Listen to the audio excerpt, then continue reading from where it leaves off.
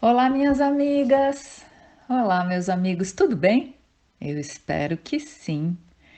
Vamos para mais um encontro virtual para falar sobre a nossa querida doutrina espírita. O tema de hoje é Abigail, a noiva de Paulo de Tarso. Uma pequena homenagem para um espírito tão grandioso. Essa palestra foi toda retirada do romance Paulo e Estevão, do Espírito Emmanuel, psicografia de Francisco Cândido Xavier, nosso querido Chico Xavier. Vamos lá? A nossa história começa no ano de 34 depois de Cristo, ou seja, um ano após a morte do corpo físico de Jesus. Estamos em Corinto, que naquela época era uma colônia importante do Império Romano, onde viviam escravos libertos, procurando emprego, proprietários de fortunas em crescimento, muitos israelitas e filhos de outros povos também.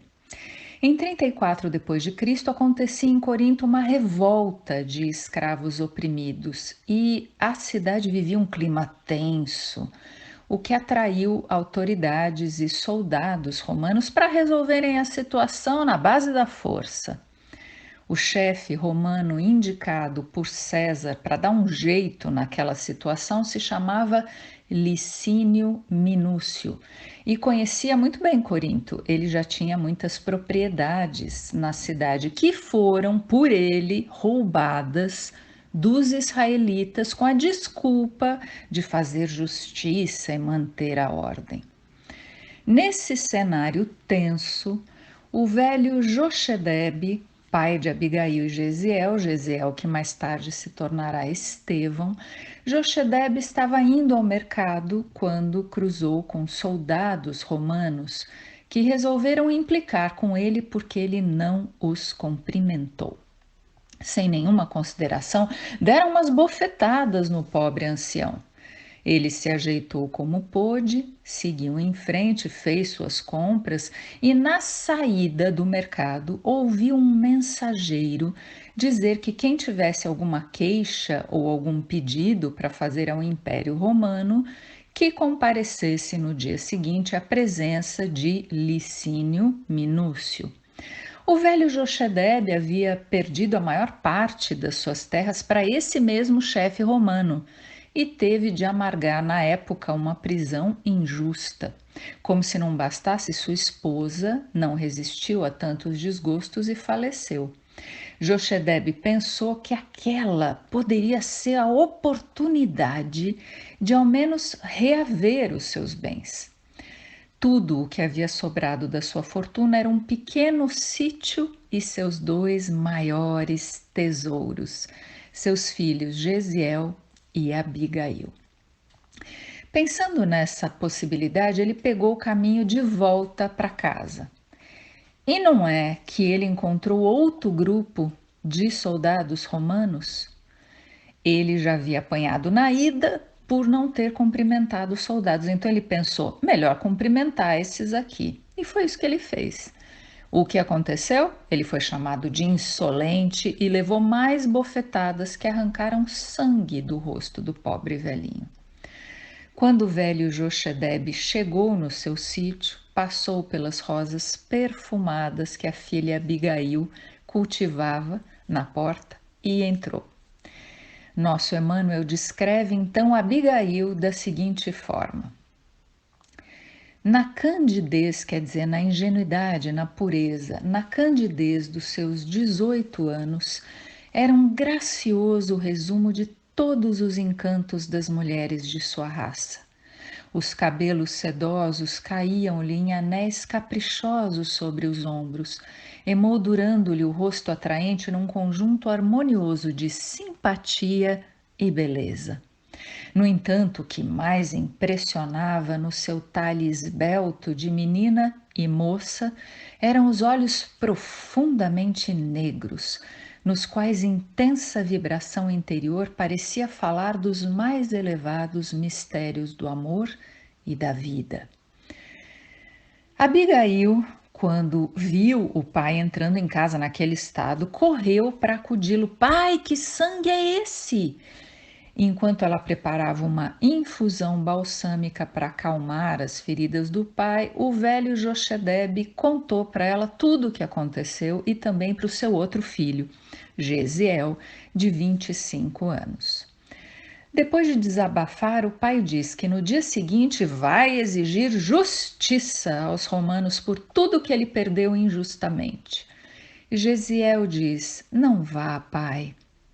Aceite o sofrimento por amor a Deus e sigamos em frente. Mas o velhinho insistiu.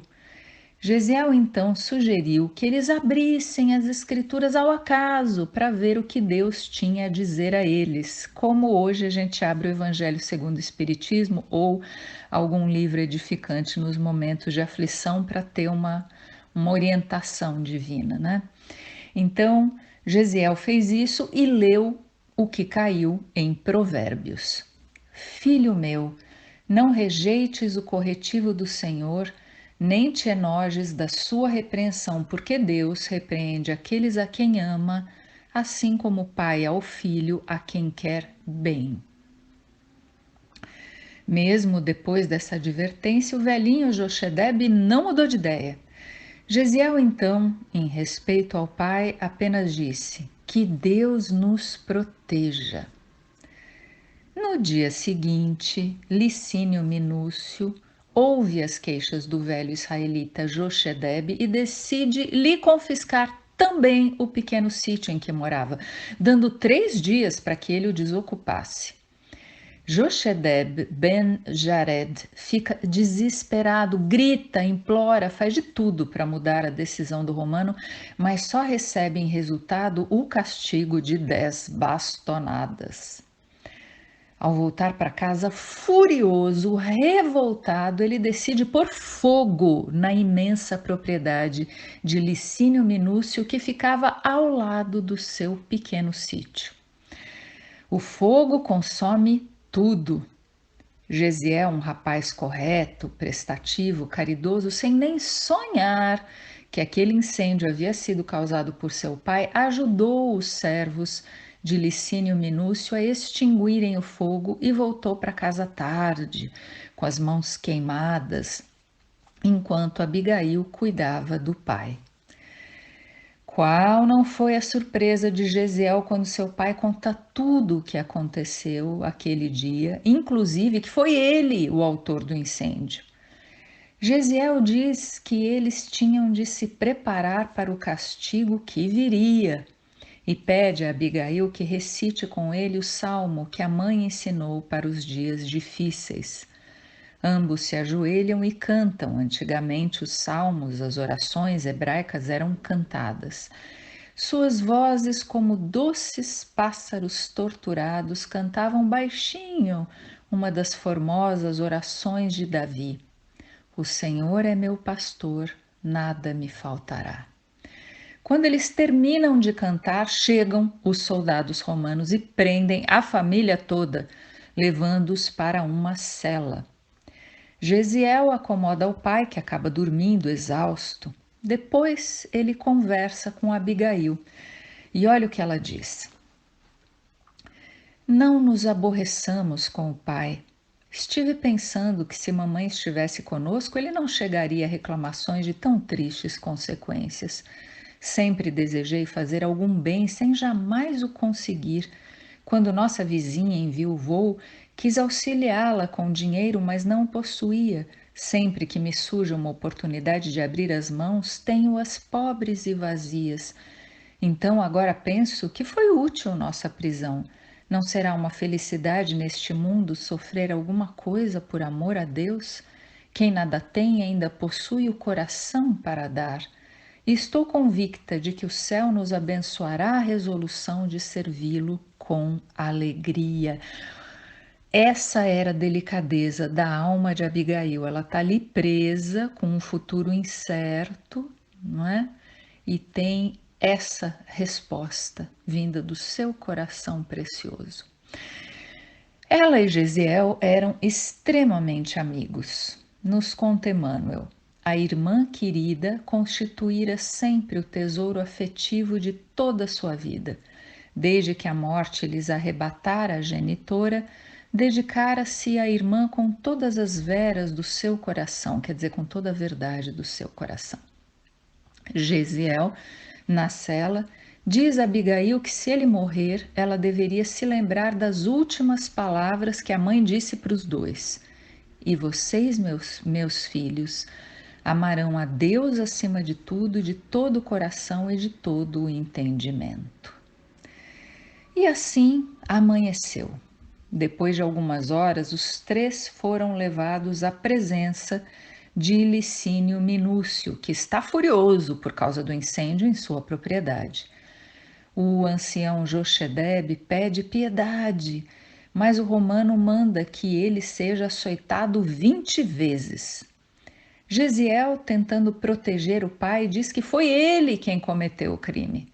Nesse instante, Licínio fica sabendo que um dos seus servos preferidos havia morrido por causa do incêndio, e o romano decide punir os dois, o pai e o filho. Imaginem, o pai e o irmão de Abigail, na sua frente, são presos ao poste da tortura. Enquanto apanhavam impiedosamente dos soldados, ambos ficaram com os olhos fixos em Abigail, que, segundo narra Emmanuel, os contemplava excessivamente pálida, entremostrando nas lágrimas ardentes que derramava o cruciante martírio do seu espírito afetuoso. Licínio então condena Gesiel às galés, a ser um escravo remador nos navios romanos, e o ancião a ser golpeado até ficar aleijado. Porém, uma das pontas do chicote atinge o pescoço do velhinho e ele se aproxima da morte. Abigail ora fervorosamente. Já muito machucado, Gesiel diz para ela: Abigail, papai está expirando, quer dizer, está morrendo. Tem coragem, confia, faz a prece dos aflitos por nós. Abigail, então, de joelhos, olhou para o alto e começou a cantar. Senhor Deus, Pai dos que choram, dos tristes, dos oprimidos, fortaleza dos vencidos, consolo de toda dor. Embora a miséria amarga dos prantos do nosso erro, deste mundo de desterro, clamamos por vosso amor. Nas aflições do caminho, na noite mais tormentosa, vossa fonte generosa é o bem que não secará. Sois em tudo a luz eterna da alegria e da bonança, nossa porta de esperança que nunca se fechará. Apesar do pranto tornar a sua voz trêmula, ela repetiu corajosamente a prece cantada.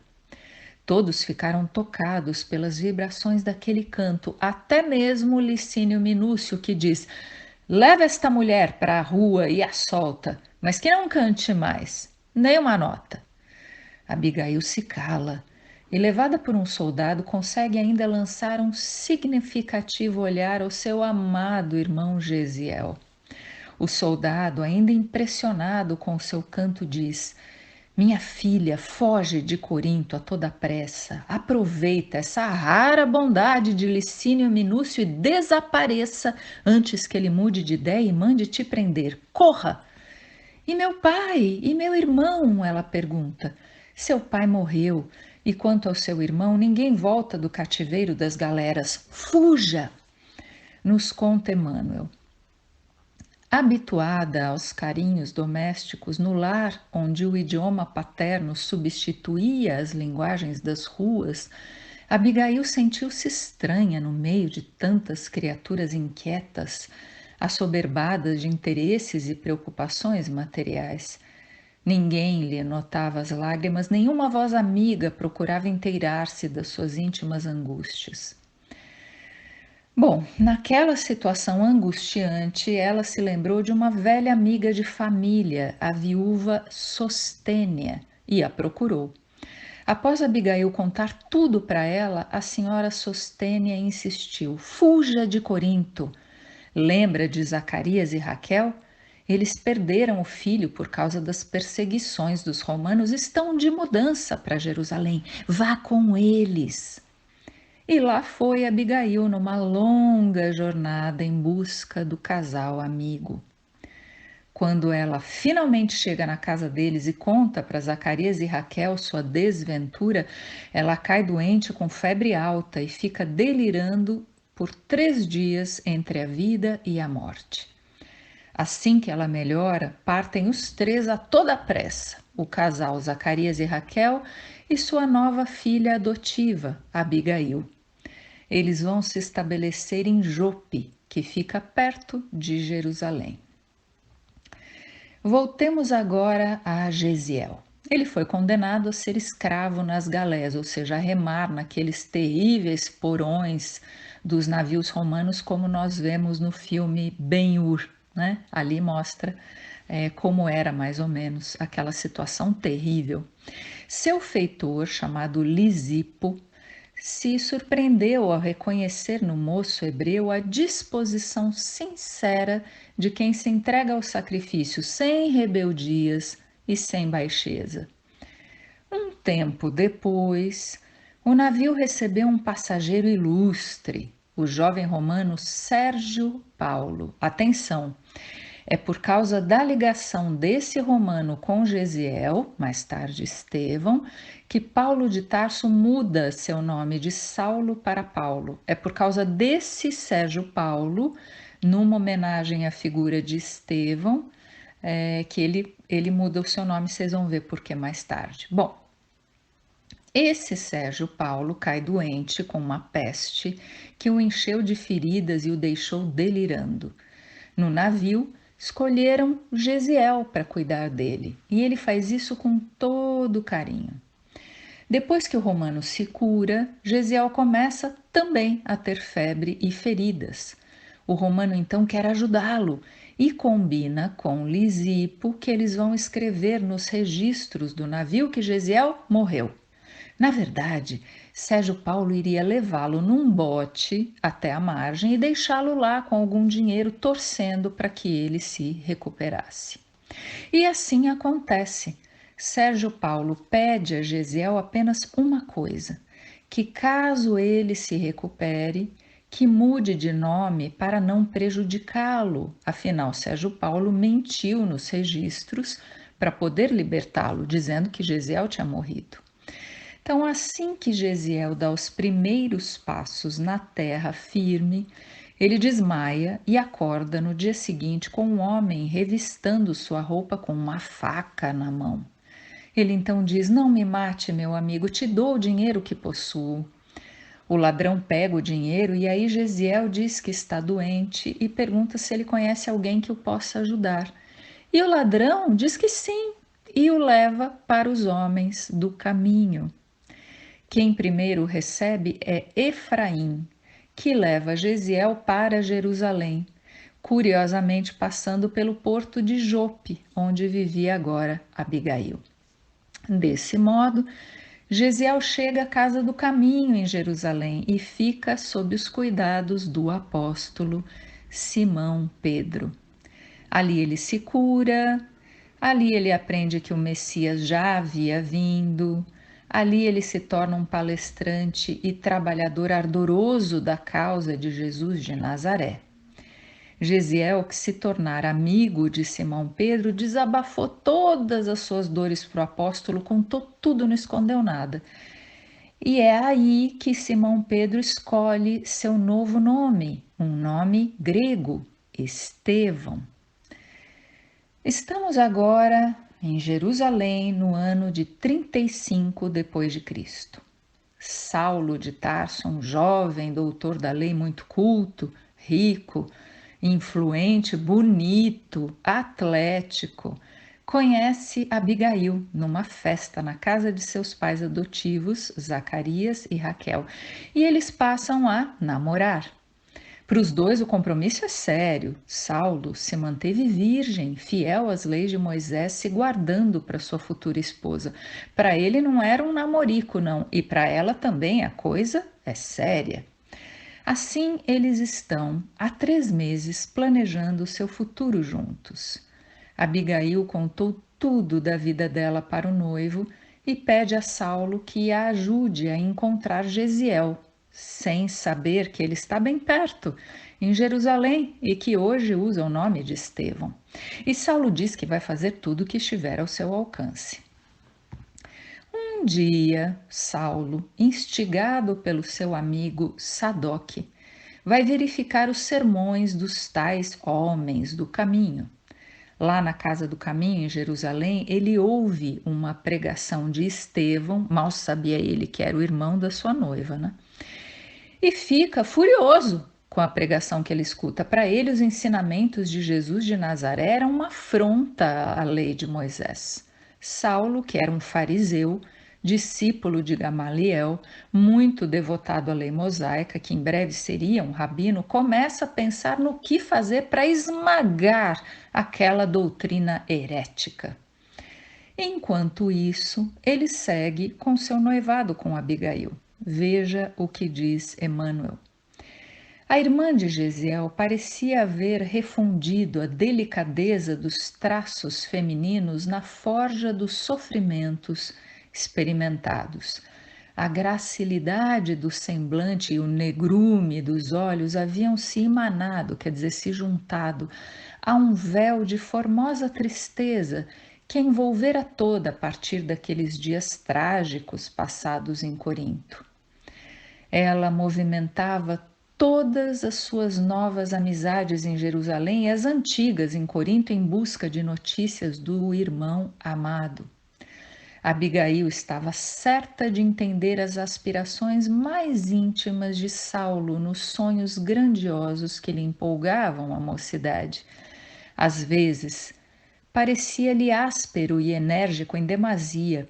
Suas concepções da lei não admitiam meios termos. Aqueles meses de convívio quase diário davam-lhe a conhecer o seu temperamento indômito, indomado, bravo e inquieto, a par de um coração generoso em que uma fonte de ignorada ternura se retraía em abismais profundezas.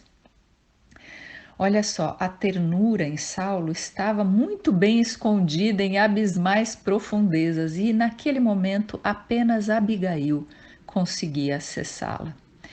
Certo dia, Saulo diz à noiva: Abigail, amarias a teu irmão mais do que a mim? Diante dessa pergunta ciumenta de Saulo, sem nenhum cabimento, Abigail responde: Que dizes? Entendes o meu coração fraterno, isso me exime de mais amplas explicações. Quer dizer, você me conhece, Saulo, eu não preciso me explicar. Como sabes, querido, Gesiel foi meu amparo nos dias da orfandade materna, companheiro de infância e amigo da juventude sem sonhos. Foi sempre o irmão carinhoso que me ensinou a soletrar os mandamentos, a cantar os salmos de mãos postas, livrando-me das veredas dos caminhos do mal e inclinando-me ao bem e à virtude. Tudo que encontraste em mim constitui dádiva da sua generosa assistência de irmão desvelado, de irmão cuidadoso. Diante dessa firme e linda resposta de Abigail, Saulo promete redobrar os esforços para encontrar o futuro cunhado, Gesiel, e marca o casamento para dali a 6 meses. Assim, o tempo vai passando. Abigail, durante o dia, antes do noivo chegar na casinha de Jope, ajuda os pais adotivos na lavoura e cultiva rosas, algo que ela já fazia em Corinto. Continua nos contando Emmanuel várias conversas íntimas desse noivado abençoado. Abigail, disse Saulo, retendo-lhe a mãozinha entre as suas, com que ansiedade te esperei no caminho da vida. E é verdade, Saulo, como eu disse, se manteve casto, virgem, à espera da amada da sua vida, mesmo sendo moço, bonito, assediado, ele era muito correto na observância das leis de Moisés. E Abigail diz para ele: Todas as manhãs, quando estivermos casados, pedirei em preces fervorosas aos anjos de Deus que me ensinem a tecer a rede das tuas alegrias. À noite, quando a bênção do repouso envolver o mundo, Dar-te-ei o carinho sempre novo do meu afeto. Tomarei tua cabeça atormentada pelos problemas da vida e ungirei tua fronte com a carícia das minhas mãos. Viverei com Deus e contigo, ser-te-ei fiel por toda a vida e amarei os próprios sofrimentos que acaso o mundo possa acarretar por amor à tua vida e ao teu nome. E Saulo responde para ela: És o coração do meu cérebro, a essência do meu raciocínio e serás a mão guiadora das minhas edificações em toda a vida. As palavras que eles trocavam sobre o amor, o ideal romântico, a vida que eles construiriam eram próprios do seu tempo. Ela diz: Você mandará e eu obedecerei, serás a lei e eu serei tua serva. Era isso que se esperava de uma esposa judia virtuosa e Abigail foi criada assim. Hoje, 2000 anos depois, as mesmas palavras têm um significado muito diferente. Ninguém mais diria isso para o futuro marido, mas naquela época, naquele contexto, naquela cultura, essas palavras eram uma declaração afetuosa. O amor que os unia, que é eterno, não muda nunca. O amor é. Mas os costumes variam de acordo com a época, a política, o povo, a cultura, então não faz sentido julgar Abigail nem Saulo de acordo com os costumes de hoje. O que importa é o seu profundo amor por Abigail e a sua fidelidade a ela que durará por toda a vida. E eles se despediam sempre da mesma forma. Ele beijava as mãos dela e dizia: fiel para sempre. Eu vou fazer uma pausa para beber uma aguinha e depois eu gravo um outro áudio com a sequência dessa palestra, tá bem? Até mais! Seguindo então com a nossa história real sobre a vida de Abigail, noiva de Paulo de Tarso, cujos detalhes está no romance incrível Paulo e Estevão de Emmanuel, psicografia de Chico Xavier. Enquanto isso, no Sinédrio corria o primeiro processo contra as ideias ensinadas por Jesus, o primeiro depois da sua crucificação. Saulo prende Estevão, Simão Pedro, João e Filipe. Tiago, na hora da prisão, é encontrado lendo a lei de Moisés de joelhos e por isso é poupado. Isso gerou seu fanatismo farisaico. Muitos anos depois, Tiago fala para Paulo de Tarso que ele se manteve tão inflexível quanto aos preceitos judaicos para proteger a igreja de Jerusalém da extinção. É uma passagem muito bonita do romance Paulo e Estevão que nos ajuda a entender melhor Tiago. Aliás, que passagem do Paulo e Estevão não é lindíssima, né? Bom, com todos presos, menos Tiago, Saulo inicia uma série de perseguições, prisões, torturas, que ele chamava de expurgo de Jerusalém. Expurgo é quando se expulsa, se elimina algo. Gamaliel, seu mestre, o procura e diz que vai se retirar do sinédrio e passar o cargo para ele, Saulo, e pede em retorno que ele liberte os homens do caminho. Gamaliel tinha ido conhecer a casa do caminho e ficou muito tocado com tantos desvalidos amparados ali, inclusive um conhecido dele, e por isso ele interfere a favor dos presos. Saulo, pela amizade e respeito que nutria por Gamaliel, libera Simão Pedro, João e Filipe, mas não Estevão. Estevão teria de ser apedrejado até a morte. A presença de Abigail na vida de Saulo suaviza sua rigidez em meio àquela rotina violenta. Ela lhe dava alguma paz, ela era seu mundo sentimental. E Saulo não abria mão desse intercâmbio diário com a noiva. Veja o que diz Emmanuel. Abigail corrigia-lhe o espírito, aparava as arestas do seu caráter violento e rude, cooperava para que ele se atenuasse o rigor das decisões autoritárias. Horas a fio, O jovem tarcense embevecia-se, se admirava, se deliciava a ouvi-la, como se os seus sentimentos de bondade fossem um alimento suave para a sua alma, que os raciocínios rígidos do mundo costumavam rescaldar, quer dizer, escaldar de novo, esquentar muito. Então, nós vemos que sem Abigail, a perseguição encabeçada por Saulo contra os seguidores de Jesus teria sido ainda mais violenta. E assim chegamos às vésperas da execução de Estevão. Saulo avisa Abigail que Dalila, sua irmã, virá buscá-la e ela deverá estar presente no apedrejamento de Estevão. Mesmo esses espetáculos sendo interditados às mulheres, Saulo decidiu que Abigail deveria assisti-lo ao seu lado, porque seria um momento triunfante da sua carreira e ele queria apresentar a noiva a todos os seus companheiros. A lapidação, ou seja, o apedrejamento, não aconteceria nos átrios sagrados impedidos às mulheres, mas no altar dos holocaustos, dos sacrifícios, e por isso o Sinédrio abriria essa exceção. Ao saber disso, Abigail diz para Saulo: Não haveria um meio de me poupares desse espetáculo? Mal sabia ela, né, que o supliciado seria seu irmão Gesiel. E Saulo, contrariado, diz que não, que ela tinha de ir. Então, Abigail pede para ir só no final da cerimônia e ele concorda. A casa de Dalila, a futura cunhada de Abigail, onde ela se hospeda, encheu-se de amigos, levando homenagens à escolhida de Saulo. Escreve Emmanuel: A jovem de Corinto a todos seduzia por seus dotes naturais, aliados à sólida e bem cuidada formação de espírito. Sua palavra, cheia de ternura, parecia distanciar-se profundamente das futilidades que caracterizavam a mocidade da época. Sabia aplicar os mais delicados conceitos no trato de todos os assuntos a que era convocada, tirando formosas ilações da lei e dos escritos sagrados, para definir a posição da mulher em face dos mais íntimos deveres na vida familiar.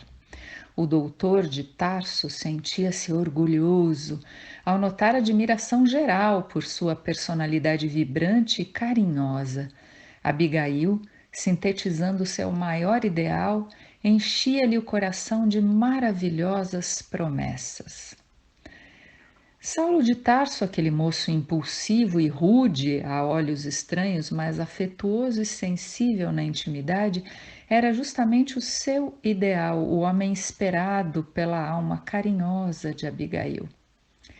Antes do terrível espetáculo, quando Saulo está saindo do Sinédrio, está saindo para ir ao Sinédrio, Abigail pede que ele ofereça uma última chance do condenado salvar-se da morte, renegando Jesus Cristo.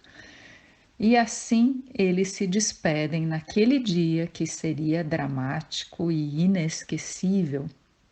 É claro que Estevão, ou seja, Gesiel, não renega Jesus, é claro que não, e segue para o martírio serenamente.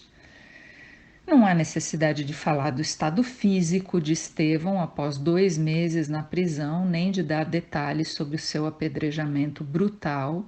Basta dizer que os executores eram representantes das diversas sinagogas da cidade, eram religiosos fariseus. Esses eram os que atiraram pedras. Veja que a gente realmente está falando de tempos em que dentro de uma congregação religiosa se apedrejava e matava pessoas, né? É um tempo muito diferente. Diz Emmanuel: amarrado de joelhos ao tronco do suplício, o moço de Corinto guardava impressionante característica de paz nos olhos translúcidos, de onde lágrimas silenciosas corriam abundantes. Quando ele já estava brutalmente ferido, ele sentiu que 2 mãos cariciosas passavam de leve sobre as chagas doloridas, proporcionando-lhe branda sensação de alívio. Sem qualquer receio, percebeu que lhe havia chegado o suor da agonia. Estevão estava rodeado por muitos amigos espirituais, quando então ele viu o próprio Mestre que se aproximava abrindo os braços generosos. E ele exclama para todos ouvirem: Eis que vejo os céus abertos e o Cristo ressuscitado na grandeza de Deus. É nesse momento que chegam Abigail e Dalila. Abigail mal pôde conter um grito de espanto. Aquele jovem supliciado era seu irmão Gesiel. Enquanto isso, Estevão vê que Jesus contempla melancolicamente Saulo de Tarso. Então Estevão diz alto: Senhor, não lhe imputes este pecado. Quer dizer, não o culpe, não o responsabilize por isso. Essa palestra está focada na Abigail, mas essa frase do Estevão dá uma dimensão da grandeza do seu espírito.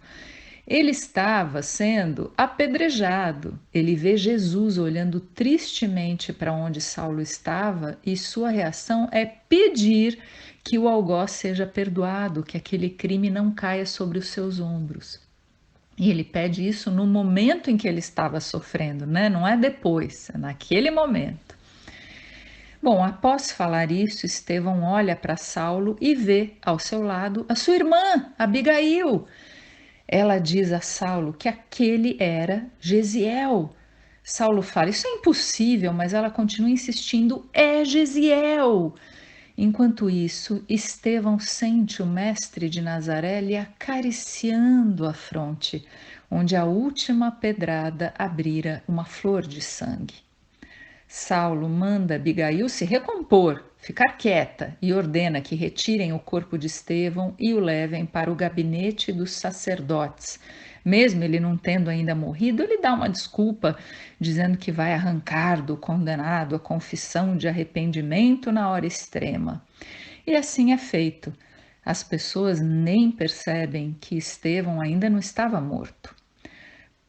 Paulo, ele ainda era Saulo nesse momento, né? Saulo ordena a saída dos auxiliares e fica na sala apenas ele, Abigail e Estevão. Saulo fica num canto da sala petrificado, observando o reencontro dos irmãos. Estevão diz: Não chores, estou com Cristo. E ela pergunta: Quem é Cristo? É Jesus, o nosso Salvador. E aí Gesiel explica por que mudou o nome para Estevão, para proteger o patrício romano que o libertou, Sérgio Paulo, que Saulo de Tarso, muitos anos mais tarde, já cristão, iria reencontrar em homenagem a Estevão, que foi salvo por Sérgio Paulo, Saulo mudará seu nome para Paulo. E mudar seu nome da forma hebraica, Saulo, para a forma romana, Paulo, também era uma maneira de acolher os gentios, ou seja, os que não eram judeus. Ele ficaria depois conhecido como o apóstolo dos gentios. Estevão está ali prestes a desencarnar e pergunta para a irmã: Com quem te deixarei? E ela responde que era noiva de Saulo. Estevão então olha para Saulo e diz: Cristo o abençoe, os abençoe. Não tenho no teu noivo um inimigo, tenho um irmão. Saulo deve ser bom e generoso, defendeu Moisés até o fim. Quando conhecer Jesus, servi-lo-á com o mesmo fervor. Sê para ele a companheira amorosa e fiel. Saulo ficou branco de susto. Ele queria ser odiado por Estevão, ele não compreendia aquele perdão. Abigail, sentindo que o irmão estava prestes a desencarnar, pede para Gesiel não partir, mas ele diz: a morte não separa os que se amam, e pede a ela que faça a prece dos aflitos. Essa cena Saulo jamais esqueceria. Abigail aconchegou o irmão no seu colo como se fosse uma criança, elevou o olhar para o alto e chorando declamou. Ela não conseguiu cantar por causa da emoção, então ela apenas falou de todo o seu coração essa oração lindíssima que eu já li. Eu vou repetir com um trechinho a mais. Senhor Deus, Pai dos que choram, dos tristes, dos oprimidos, fortaleza dos vencidos, consolo de toda dor. Embora a miséria amarga dos prantos de nosso erro, deste mundo de desterro, clamamos por vosso amor. Nas aflições do caminho, na noite mais tormentosa, vossa fronte generosa é o bem que não secará. Vossa fonte generosa é o bem que não secará. Sois em tudo a luz eterna da alegria e da bonança, nossa porta de esperança que nunca se fechará. Quando tudo nos despreza no mundo da iniquidade, quando vem a tempestade sobre as flores da ilusão, ó Pai, sois a luz divina, o cântico da certeza, vencendo toda aspereza, vencendo toda aflição. No dia da nossa morte, no abandono ou no tormento, trazei-nos o esquecimento da sombra, da dor, do mal, que nos últimos instantes sintamos a luz da vida renovada e redimida na paz ditosa e imortal. Quando termina de orar com o rosto lavado de lágrimas, Gesiel, que é Estevão, havia desencarnado. Saulo, o homem ainda orgulhoso, inflexível, se aproxima da noiva e diz firme: Abigail, tudo está consumado e tudo terminou também entre nós. Ela fica chocada com as palavras rudes de Saulo naquele momento em que ela havia acabado de reencontrar e perder o irmão. Mas ela conhecia muito bem o noivo, logo viu que não encontraria consolo no orgulho de Saulo. Nos conta Emmanuel que Abigail perguntou com dignidade e nobreza: por quê? E aí Saulo diz que não poderia se casar com a irmã de um inimigo, que seria uma humilhação diante dos seus companheiros, dos seus amigos, da sua família. E Abigail responde: Saulo, Saulo, não posso obrigar-te a desposar-me, mas não transformes nossa afeição em ódio surdo. Sê meu amigo. Ser-te-ei eternamente grata pelos meses de ventura que me deste.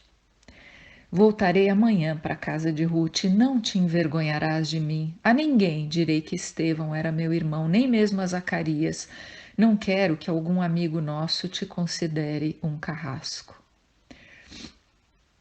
Que espírito, né? Que era Abigail, que espírito grandioso. Saulo tremeu nas bases, né? Bambiou, quis deixar tudo de lado, abraçar a noiva amada, mas o orgulho, o orgulho, o fez permanecer inflexível. Ele diz para ela: aceito o teu silêncio. Você volta amanhã para tua casa e não te visitarei mais. Não espere cortesia de minha parte. Os amigos se separam dos inimigos. Abigail diz: então você me abandona inteiramente assim? Saulo responde: você tem teus amigos na estrada de Jope. E ela pergunta: o que fez meu irmão para você? E ele diz: era defensor do Nazareno. Saulo abriu a porta, chamou uns auxiliares, outras pessoas entraram, começaram a, imagine, felicitar o casal pelo sucesso do dia e estranharam as vestes sujas de sangue de Abigail. Ela teve de dar uma desculpa, fingir que estava tudo bem. Imagine, ela havia acabado de perder o irmão amado, né? De reencontrá-lo, de perdê-lo e de ser repudiada pelo noivo do seu coração, amor da sua vida, que diz que nem amizade mais aceitava ter com ela, né? Imagine o estado emocional desse espírito tão delicado e tão elevado e ao mesmo tempo tão forte, né? Justamente porque elevado é um espírito forte. Gamaliel, o fariseu mestre de Saulo, pediu para falar em particular com ele naquela hora. E, para espanto de Saulo, ele pediu o corpo de Estevão para levá-lo a Simão Pedro para ser dignamente enterrado. Gamaliel avisa que está deixando Jerusalém para ficar em Damasco, pois havia se convertido aos ensinamentos de Jesus e por isso passava seu cargo a Saulo. Saulo ficou boquiaberto, mas aceitou e deu o corpo de Estevão para o seu ex-mestre fariseu. Enquanto isso, Abigail se retirou para a casa da Dalila, sendo acometida por uma febre alta. As fortíssimas emoções daquele dia foram demais para o seu espírito e ela caiu doente. O Espiritismo nos ensina que o corpo físico está intimamente ligado ao perispírito, que é o corpo somático, e à alma, e ao espírito. Então, a alma sente, o perispírito se desequilibra e o corpo fica doente. E o impacto que Abigail sofreu emocional naquele dia foi muito grande. Compreensivelmente, ela ficou com essa febre alta. Já Saulo teve de participar de todas as cerimônias dos fariseus e à noite, quando voltou para a casa da irmã, ficou sabendo do estado de Abigail. Sua ex-noiva chorava, pedindo para ser levada para casa, e à noitinha uma modesta carreta levou Abigail para sua mãe e seu pai adotivos. Ruth e Zacarias a receberam aflitos, lembrando que só tinham visto Abigail daquele jeito quando o pai morreu e o irmão foi enviado às galés em Corinto. Saulo entregou a doente, se despediu e foi embora, decidido a não voltar nunca mais à casinha de Jope. Amordaçar seu amor por Abigail, ficar longe do seu coração terno e não ter mais os conselhos do mestre Gamaliel fizeram muito mal a Saulo. O moço de Tarso, alucinado, tomado por fanatismo cruel, gerou um êxodo, uma fuga de grandes proporções. Como Jerusalém não via há muito tempo, a cidade começou a se despovoar de trabalhadores. Em Jope, Zacarias e Ruth pediam notícias dele, mandavam recados, mas ele irredutível no círculo do egoísmo sufocante. Mesmo assim, lá no fundo, as necessidades espirituais se multiplicavam no seu espírito sedento de consolação. 8 meses se passaram e Saulo decidiu que não podia viver sem Abigail. Seu orgulho se dobrou, mas não muito, porque ele chegou à conclusão que perdoava Abigail por ela ser irmã de Estevão e queria reconquistar seu afeto e se casar com ela. Cheio de esperanças num futuro feliz, ele finalmente vai procurá-la em Jope. Quem abre a porta da casa é Zacarias, que fica muito surpreso de ver Saulo ali. Então ele lhe conta que Abigail tinha adoecido dos pulmões havia 4 meses. Ele disse que 8 meses antes, depois que Abigail melhorou daquela febre súbita que ela teve em Jerusalém, nós sabemos por quê, ela passou a dizer que Saulo tinha muitos afazeres e permaneceria ausente. Sempre que Zacarias e sua esposa Raquel reclamavam de tão longo silêncio, ela era a primeira a defender Saulo. Ainda assim, Abigail estava muito triste, chorava muito, até que um ancião chamado Ananias passou uma temporada em Jope e se tornou amigo de Abigail. Enquanto ela ainda podia andar, os dois se encontravam todos os dias e o comportamento da jovem enferma foi mudando. Ela não chorava mais, se tornou serena, e embora a doença avançasse, ela continuava cheia de esperança, até alegre, e falava sempre de um amor puro por Saulo. Por isso, eles permitiram que Abigail lesse o Evangelho dos Galileus, ensinado por Ananias, e se tornasse cristã, porque isso fez bem para ela.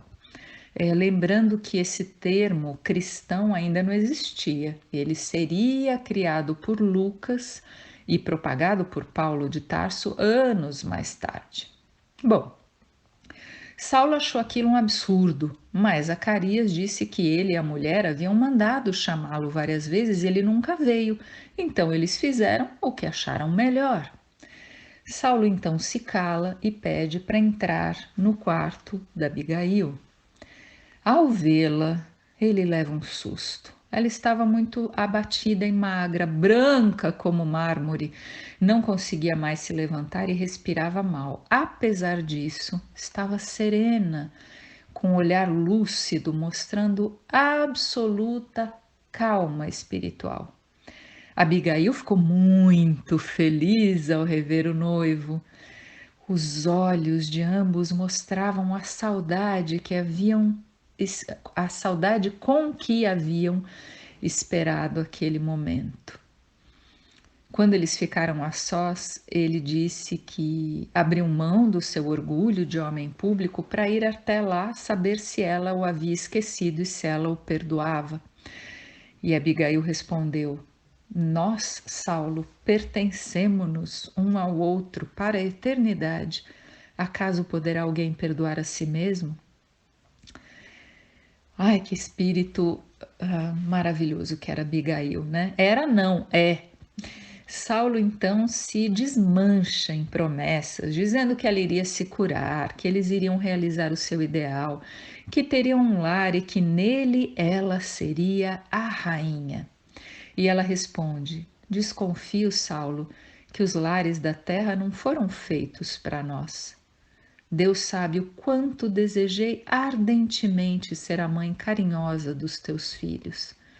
E aí ela fala que desde criança via as mulheres criando seus filhos com o amor do esposo e desejavam o mesmo. E que quando ela conheceu Saulo, ela planejou uma vida santa e venturosa na qual eles pudessem honrar a Deus.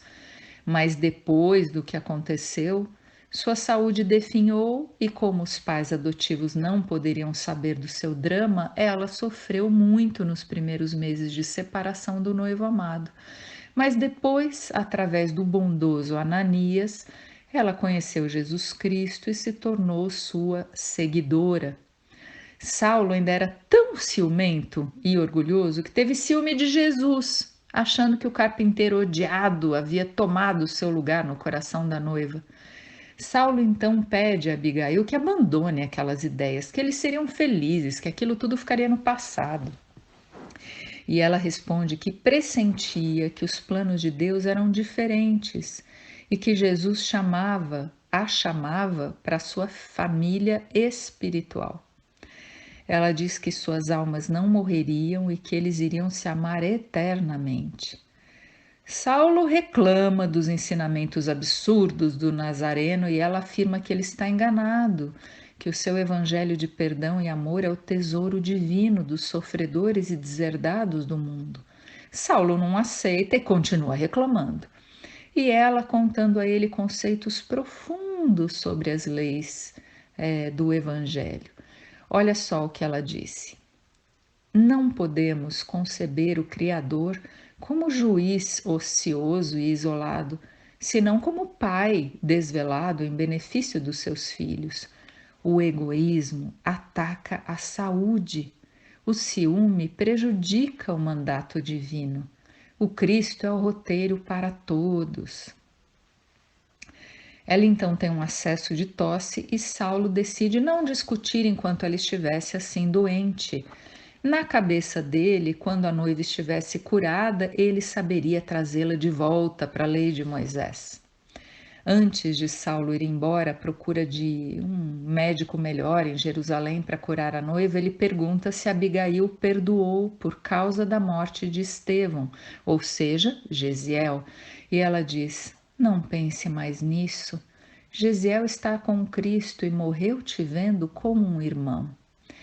Abigail fala que só tinha a agradecer a Deus, pois não queria morrer sem rever Saulo. Assim, ele se despede de coração apertado e volta para Jerusalém.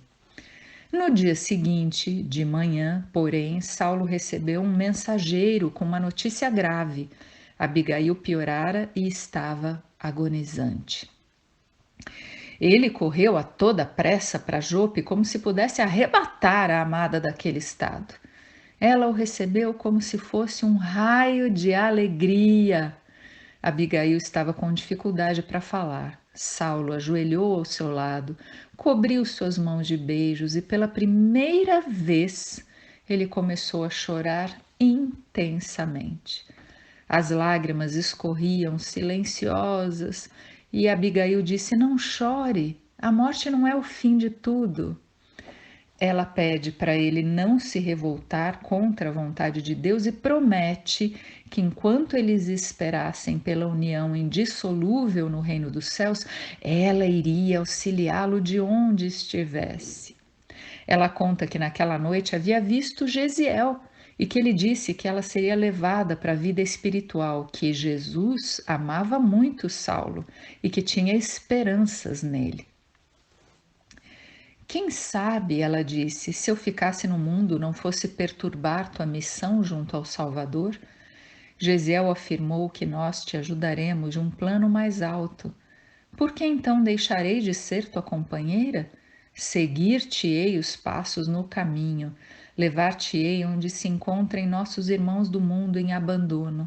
Auxiliarei teus raciocínios a descobrir sempre a verdade. Ainda não aceitaste o Evangelho, mas Jesus é bom e terá algum meio de nos unir os pensamentos na verdadeira compreensão. Então ela diz: Gesiel já veio buscar-me. Saulo começou a gritar seu nome desesperadamente, beijou suas mãos geladas, gritou por Zacarias e por Raquel, mas a agonizante fixou o olhar em cada um dos três e soltou uma última lágrima de adeus. Saulo de Tarso se deixou ficar mudo, estarrecido, enquanto Ruth, lavada em lágrimas, cobria de rosas a morta adorada que parecia dormir. Eu vou fazer mais uma pausa para beber um pouquinho mais de água e volto com a sequência da palestra já já. Muito bem, agora seguimos para a terceira e última parte da nossa palestra sobre Abigail, a noiva de Paulo de Tarso, de acordo com o romance Paulo e Estevão, autoria do Espírito Emmanuel, psicografia de Francisco Cândido Xavier, nosso querido Chico Xavier. Depois da morte de Abigail, Saulo fica ainda mais brutal na sua perseguição aos cristãos. E ele decidiu que iria até o fim do mundo em busca de Ananias, que, na sua maneira de ver, havia corrompido a noiva. Com esse objetivo, ele segue para Damasco e nós já sabemos o que acontece. Na estrada, ele vê Jesus e imediatamente pergunta: Senhor, que queres que eu faça? Que é uma atitude maravilhosa. Ele imediatamente se dá conta de que estava na senda errada e imediatamente se coloca à disposição de Jesus para o trabalho. Ali nascia o cristão Paulo de Tarso, a quem nós devemos muito, porque graças ao seu trabalho árduo de divulgação e de vivência, de exemplo do cristianismo, nós o temos hoje como uma doutrina universal, uma doutrina independente, não como um braço menor do judaísmo. Nós devemos isso a Paulo. Claro que, de fato, nós devemos isso a Jesus e a Deus. Após a experiência na estrada de Damasco, Saulo, cego, se isola numa pensão modesta para meditar. Uma das coisas que Saulo pensou é que agora ele tinha certeza que Abigail estava viva, porque ele viu Jesus redivivo e isso lhe tirou todas as dúvidas. 3 dias depois, o próprio Ananias aparece na pensão onde Saulo estava. Jesus o havia enviado até lá para que ele devolvesse a visão a Saulo, que em mediunidade tinha Ananias também, né? Para ouvir os conselhos diretos do mestre. Mais tarde, os dois conversando, Ananias disse: Zacarias tinha sob o seu teto um verdadeiro anjo do céu. Era a jovem Abigail, que depois de receber o batismo de minhas mãos, confessou que te amava muito. Falava do teu amor com ternura ardente e muitas vezes me convidou a orar pela tua conversão a Jesus Cristo. Desde que se aproximou de mim, notei que Abigail não ficaria muito tempo na terra. Suas cores esmaecidas, o brilho intenso dos olhos, falavam-me da sua posição de anjo exilado. Mas devemos crer que ela viva no plano imortal e, quem sabe, talvez suas rogativas aos pés de Jesus tenham contribuído para que o Mestre te convocasse à luz do Evangelho às portas de Damasco. Agora vamos acelerar a história. O ex-mestre farisaico de Saulo, Gamaliel, havia se tornado cristão e o aconselha a buscar o deserto, além de dar para ele os escritos da vida de Jesus que ele havia recebido de Simão Pedro. Aliás, Gamaliel diz a Saulo algo precioso. Ele diz o seguinte: cheguei à conclusão de que a terra prometida pelas divinas revelações é o Evangelho de Cristo Jesus. Adaptarmos-nos ao Evangelho é descobrir outro país cuja grandeza se perde no infinito da alma. Que lindo, né? A terra prometida é o Evangelho. Saulo, então, busca a paz e o trabalho no deserto, fica 3 anos lá com um casal que se tornaria seu amigo por toda a vida, Áquila e Prisca.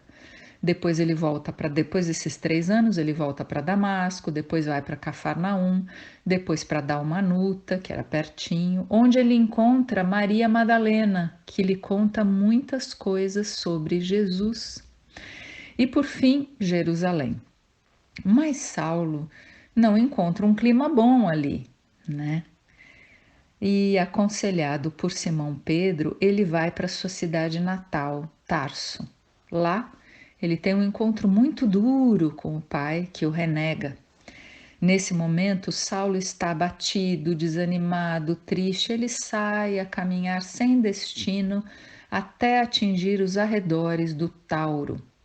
Lá ele se encontra entre as pedras, ele se acomoda entre as pedras, como ele pode, e reza fervorosamente antes de dormir. Então, algo fundamental na sua trajetória acontece. Um sonho com Abigail, com Estevão também, mas quem fala mais é Abigail. Saulo iria recordar esse encontro espiritual até o fim de sua vida. As palavras da noiva dourada se tornam um norte, algo que iria impedi-lo de desanimar na tarefa apostólica. E esse sonho não é importante só para Saulo, mas para todos nós. As 4 palavras finais de Abigail são um roteiro seguro para as nossas vidas. Elas valem hoje, elas valerão amanhã, elas valerão sempre, porque elas são expressão, essência dos ensinamentos de Jesus. Veja como Emmanuel nos conta esse episódio. Eu vou cortar uns trechos para não ficar muito longa a leitura, mas vale a pena ler tudo no Paulo Estevão. Saulo tinha a impressão de que fora arrebatado a uma campina tocada de luz primaveril, longe deste mundo. Flores brilhantes, como feitas de névoa colorida, desabrochavam ao longo de estradas maravilhosas. Tudo lhe falava de um mundo diferente. Aos seus ouvidos soavam harmonias suaves. Um sentimento profundo de paz deslumbrava-o inteiramente.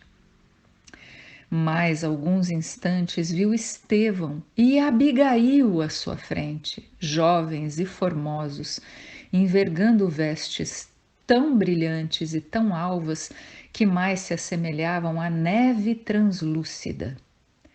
Incapaz de traduzir as sagradas comoções de sua alma, Saulo de Tarso ajoelhou-se e começou a chorar.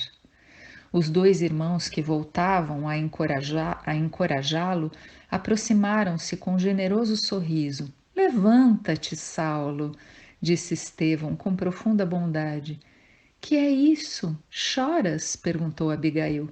Estarias desalentado quando a tarefa apenas começa. O moço tarcense, agora de pé, desatou em pranto convulsivo.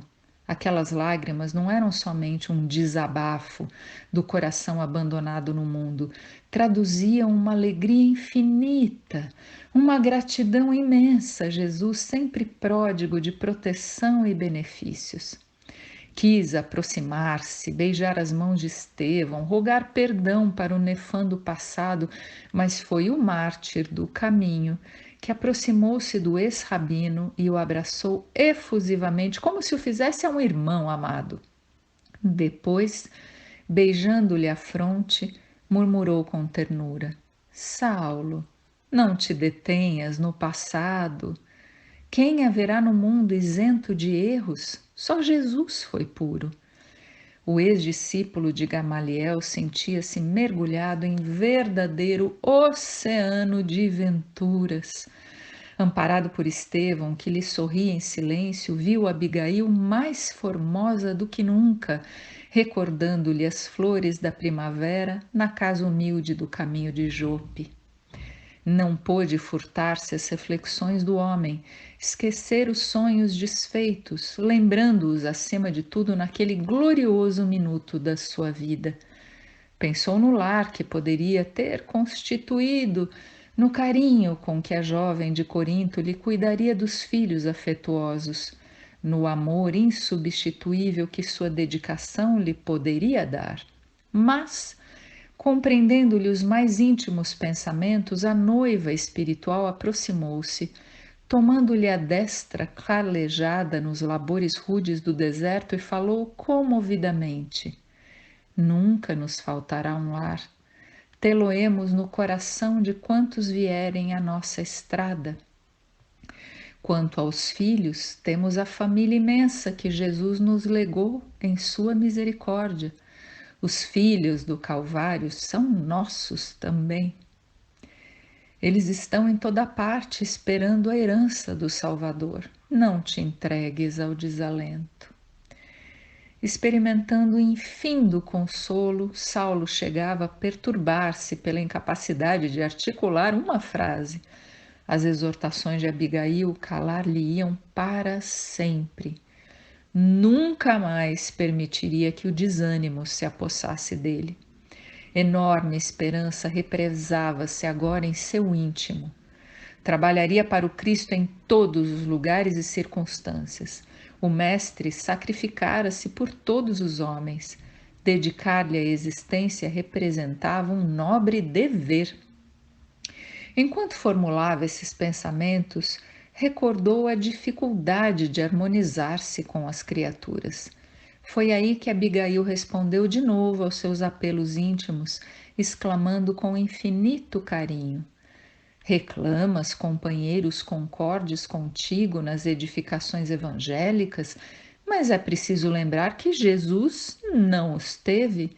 Os apóstolos não puderam concordar com o Mestre senão com o auxílio do céu, depois da ressurreição e do Pentecostes.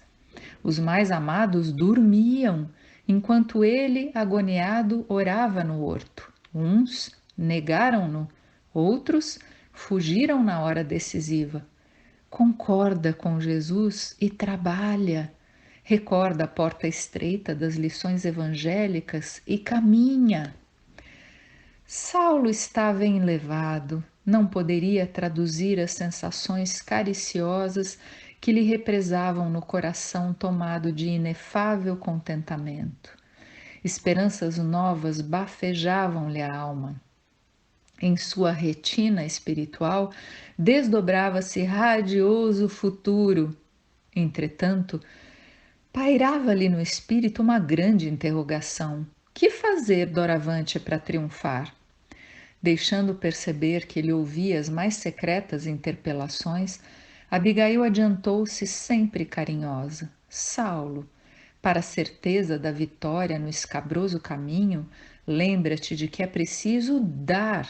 Jesus deu ao mundo quanto possuía e, acima de tudo, deu-nos a compreensão intuitiva das nossas fraquezas para tolerarmos as misérias humanas. O moço tarcense notou que Estevão, nesse ínterim, se despedia, endereçando-lhe um olhar fraterno. Abigail, por sua vez, apertava-lhe as mãos com imensa ternura.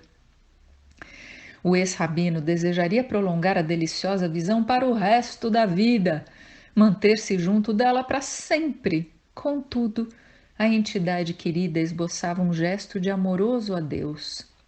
Esforçou-se então por catalogar apressadamente suas necessidades espirituais, desejoso de ouvi-la relativamente aos problemas que o defrontavam. Ansioso de aproveitar as mínimas parcelas daquele glorioso, fugaz minuto, Saulo alinhava mentalmente grande número de perguntas. Que fazer para adquirir a compreensão perfeita nos desígnios do Cristo? Ama, respondeu Abigail espontaneamente. Mas como? Jesus aconselha o amor aos próprios inimigos? Como fazer para que a alma alcançasse tão elevada expressão de esforço com Jesus Cristo? Trabalha, esclareceu a noiva amada, sorrindo bondosamente. Abigail tinha razão. Era necessário realizar a obra de aperfeiçoamento interior. Desejava ardentemente fazê-lo. Que providências adotar contra o desânimo destruidor? Espera, disse ela ainda num gesto de terna solicitude, como quem desejava esclarecer que a alma deve estar pronta a atender ao programa divino em qualquer circunstância, extreme de caprichos pessoais, quer dizer, limitando os caprichos pessoais. Ouvindo-a, Saulo considerou que a esperança fora sempre a companheira dos seus dias mais ásperos. Saberia aguardar o porvir com as bênçãos do Altíssimo, mas os homens, as criaturas pareciam desinteressadas da verdade e da luz. Onde as vastas esperanças do seu amor, sem exclusão dos filhos de outras raças? Concordavam em que se fazia indispensável amar, trabalhar, esperar. Entretanto, como conciliar as grandiosas lições do Evangelho com a indiferença dos homens? Abigail apertou-lhe as mãos com mais ternura, a indicar as despedidas, e acentuou docemente: perdoa. Em seguida, seu vulto luminoso pareceu diluir-se como se fosse feito de fragmentos de aurora. A aurora é o amanhecer. Empolgado pela maravilhosa revelação, Saulo viu-se só, sem saber como coordenar as expressões do próprio deslumbramento. Aos seus ouvidos continuavam chegando ecos longínquos de sublimes harmonias siderais que pareciam traduzir mensagens de amor oriundas de sóis distantes. Ajoelhou-se e orou. Agradeceu ao Senhor a maravilha das suas bênçãos. Os que se haviam libertado da carne voltavam do plano espiritual para confortar os que permaneciam à distância. Para Estevão ele fora verdugo cruel, para Abigail, noivo ingrato. Entretanto, permitiu o Senhor que ambos regressassem à paisagem tenebrosa do mundo, reanimando-lhe o coração. Ninguém estaria abandonado. Por mais duras que fossem as experiências humanas, a vida agora assumia nova feição de harmonia e beleza eternas. Experimentando uma paz até então desconhecida, Saulo acreditou que renascia naquele momento para uma existência muito diversa. Singular serenidade tocava-lhe o espírito. Uma compreensão diferente felicitava-o para o reinício da jornada no mundo. Guardaria o lema de Abigail para sempre: o amor, o trabalho, a esperança e o perdão seriam seus companheiros inseparáveis. Que lindo, né? Vamos também usar como lema os sábios conselhos de Abigail, que são reflexos da lei divina. Ama, trabalha, espera, e perdoa.